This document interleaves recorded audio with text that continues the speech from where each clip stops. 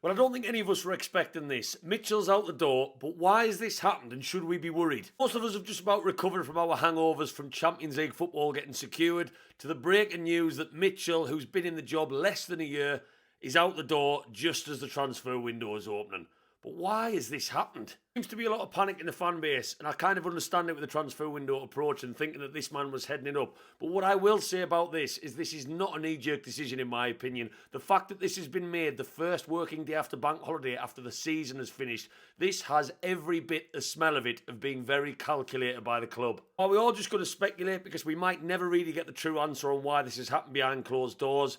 I just look at this as just like a footballer sometimes not working out at a club when they come in for big money.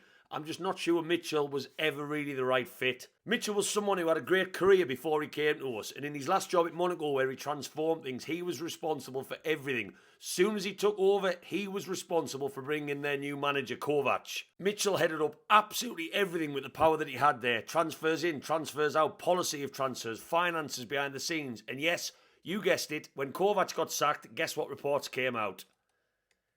He lost his power struggle with Paul Mitchell. Interesting. This is a man who quite fancied himself coming into Newcastle. Good pedigree, Tottenham, Southampton, unearthed some gems, great at Monaco, but he didn't help himself with making a statement on Eddie Howe's previous transfers and the strategy as being not fit for purpose. Can you imagine in your day job doing as well as what Eddie Howe has in such a short space of time, then some bloke comes in out the blue and starts slagging off everything you've done?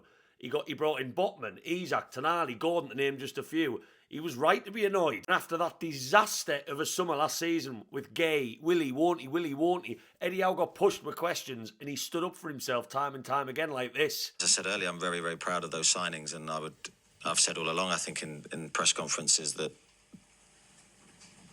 I don't want to make it about old structure and new structure, but those signings, obviously, I played a huge part in. Aaron Eales and Paul Mitchell worked together, so it made sense that Mitchell would follow him in. But I personally think when Mitchell came in last season, there wasn't as much trust from people like Eales in Eddie Howe to lead us forward. Fast forward a year with somehow Eddie Howe securing a cup and Champions League despite signing nobody, and I think that trust has gone through the roof, and there has to be some worry that if Mitchell and Howe keep coming to a head and falling out behind the scenes, Howe might be forced out. And his recruitment hasn't been bad so far, let's face it. Timing of this is, of course, concerning, but I'm going to keep faith in the fact this was a calculated decision. And Steve Nickson, who I would assume is going to take over things in the short term, has been instrumental in the Gordon signing, Bruno, Alexander Isak, and even Yankuba Mintru we made profit off. So let's just see. Time will tell. Is Eddie Howe just too obsessed with his job to ever have a sporting director? Or was this bloke's ego and his personality just not the right fit? Regardless, I'm backing this man to the tilt, and I'm just glad that he's the one that's staying. Let us know your thoughts down below, Newcastle fans, and as always,